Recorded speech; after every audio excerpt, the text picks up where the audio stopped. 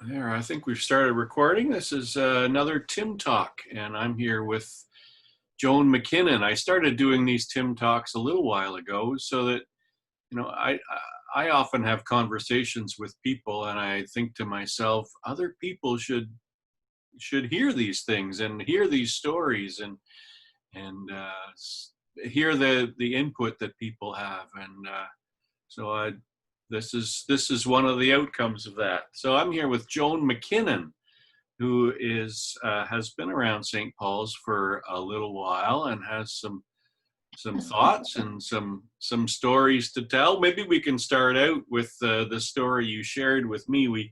Yesterday we had a Tim Talk that looked at the bell, and the bell was in memory of William H. and Mary Weir by their daughter Muriel Forbes Wilson. And uh, you mentioned to me yesterday on an email that you've got a story about Muriel Wilson and a little bit about them. Why don't we start there and see where we go? It's a lasting memory. Well, she married Forbes Wilson, who was head of some big company. And my friend Sue Elliott and I were collecting money for the Red Cross. I guess it was in the middle of the war. And we went to their house, which was the White House on Hillside and Lakeside, and they gave us $5. Well, if you've ever seen two nonplussed teenagers, we had never been handed $5 as a donation. So we were that is my fondest memory of Mrs. Forbes Wilson. And she also, I mean, they owned the land across next to the practice fairway at the golf club. They were a big presence in Knowlton. Okay. Interesting. So $5 would, how much would you think that would be today? I would say certainly in the eyes of a 10 or 12-year-old was like $1 million. Wow. Wow. And you mentioned they were quite active around St. Paul's?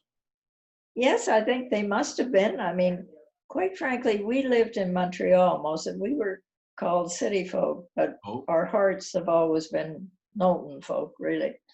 So they were, yes, they were around town, and I'm sure they did a lot of good. But as a 12-year-old, that $5 was about the only thing that stuck in my mind. And that was, you said, for the Red Cross, and probably during wartime. During the war, yeah.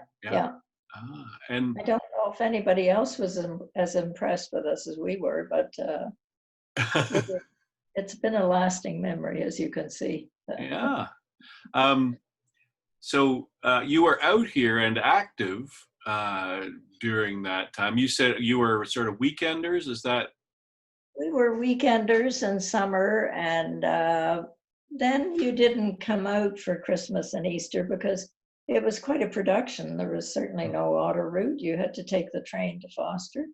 And then you got on the Tunerville trolley, as we called it, that came into Cadair's in Knowlton. And we would be let off at Fisher's Crossing, which is at the bottom of Lakeside by the bike path. And somebody would meet us with a sleigh. And it was quite an ordeal to get out here during the winter. So it was more a summer place. Yeah. Where we moved out certainly for the summer, lock, stock, and barrel. And when would you have come out sort of more permanently?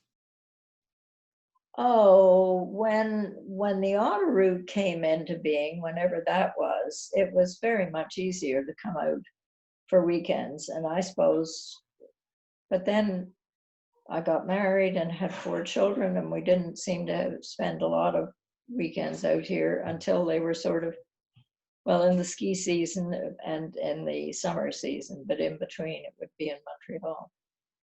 So we were lucky we had the best of both worlds.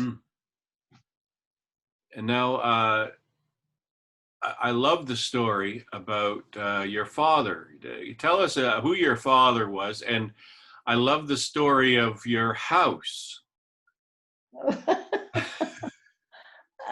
My father was Bunny Foster. He was a lawyer in Montreal, and his heart home was really in Knowlton. His family had come up as UALs, and it was the biggest part of his life. So anyway, fast forward when his parents owned Blarney Castle, and then when they died, his sister took over Blarney, and he took the property next door.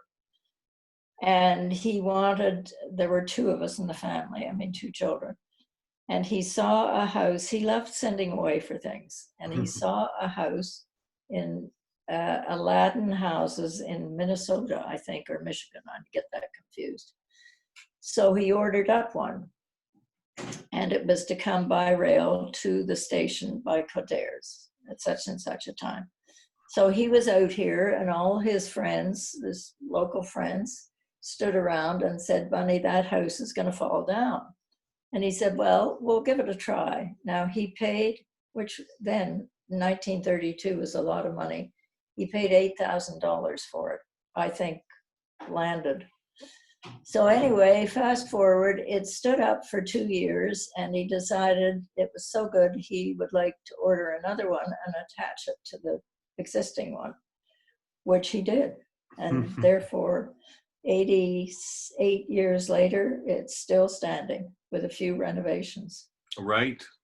Yeah. And your granddaughter now has that. Our granddaughter has it with her children and her husband, and they're having a wonderful time. I mean, how lucky can you get to be able to pass it on to a family member? That's wonderful. So history goes on. Yeah. So your relationship with St. Paul's, you were sort of weekenders, and that's when you would come to St. Paul's. What are some memories of St. Paul's in that time? Well, again, when we were teenagers, they had a junior choir at St. Paul's on Sunday evening service. And my friends and I joined that. And I'm ashamed to say we did it for two reasons. We loved singing. And also it was our way of getting out on Sunday nights, because our parents didn't feel that we should be out on Sunday night. But so that went on, I can't remember for how many years, but it was great. I can remember getting in the choir robes up in the loft and everything else. So I suppose that's where my connection with St. Paul's. And then when my father died, he'd been on the cemetery committee, and Janet Meisner asked me to take his place. And I guess that's when I got involved administrative-wise with St. Paul's. And I've been lucky to be involved ever since. Yeah. And we've been lucky to have you for sure. We have. I feel I'm the history part of St. Paul's. Oh, well, we were talking yesterday. We have our board of management meetings, and we were talking about how much fun those meetings are. We meet on Zoom now every week, and we laugh, and we have challenges, but we think them out together, and it's a wonderful group. It's a wonderful group. It is, and lots of exciting things going on. Now you're sorry? You give us hope to carry on. Well, we take what we can one day at a time. Now, as we're talking about hope and all of that, the story that I just remembered of your father when the second St. Paul's burnt down. Yes, that was in, I think, 1942. And my uneducated guess is it probably burnt down on a Wednesday or a Thursday. And he and a group of his pals got together, and by Sunday they had enough money to rebuild. It was, I mean, but that's what the community was. Yeah. Everybody pulled together, and it was a great part of the community. And yeah. That's a great story. And because we do have some of that written down in a couple of things, I think that was in February, as I recall. Could be, yeah, could be. I honestly don't remember, but I remember the story. And also when Barbie Buchanan was alive, she used to tell us practically every Sunday that which stones came from her property. Because a lot of the people around, parishioners, brought stones from their property to put in the new building. Oh, that's a great legacy. Yeah.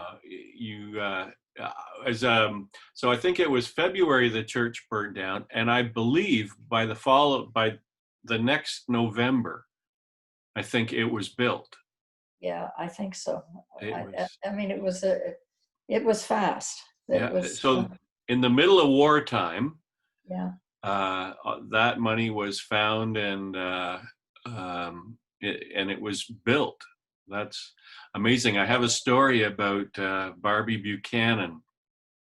Um, I guess she has a lot of stories. She was a very independent woman. She lived in the bush. I think for her whole life, she cut her own wood and cleaned that forest. And um, I went to bring communion to her one time, and this is when she was quite elderly and very arthritic. And I will never forget that she had felt she had to kneel to receive communion. Oh, oh. And I honestly, my recollection is she probably took 5 minutes to be able to bend and turn and to be able to kneel. That's one of the most moving stories I have about communion. Yeah, and that describes Barbie Buchanan to a T, determined. And yeah, she was a wonderful person.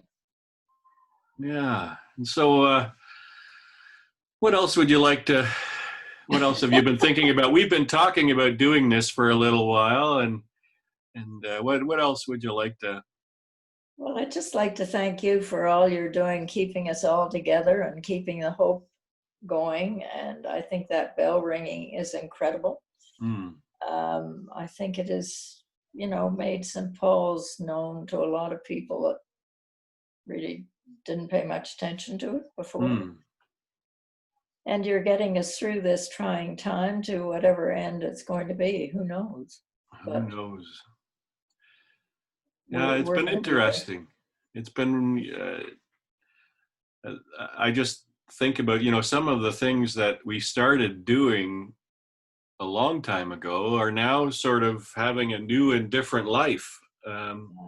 It's like we've been sort of prepared for some of this, and I think God's in the middle of that somehow, and our job is just to kind of take what we've been given and do the best we can with it. So, and I think thanks to you, we are doing just that. Yeah. I don't think church is ever going to go back to where we got dressed up in our Sunday finery and with our hats and gloves, and who knows what it's going to be like after this. Maybe we should. maybe that's we've been talking about. Whenever this thing stops, we should say whenever this thing is over and we open up again, we all get dressed up to the nines, like all of our finery. Yeah. No, it's going to be very interesting. 1 minute it's scary, but it's going to be fine. But who knows? Who knows? Indeed. Well, thank you so much for this. I know you were nervous. I hope it wasn't too bad. It was great, Tim. Thank you for asking me. Thank you for having me on the Board of Management Committee. It's a wonderful experience for me. It's an honor. And thank you. And be careful if you're going to go and climb up that step to the belfry again. I don't think I need to for a little while. I was a little sometimes as I'm pulling the bell, I can hear it sort of boom, boom, boom, boom, and I'm a little afraid of it coming down, but I think we're okay. I don't think I'm going to go up there. Don't press your luck. Don't go up again.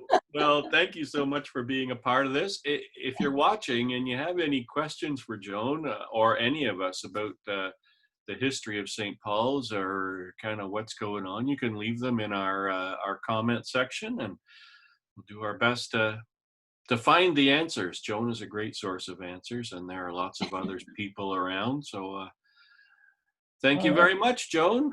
Thank you, Tim. All right, let me just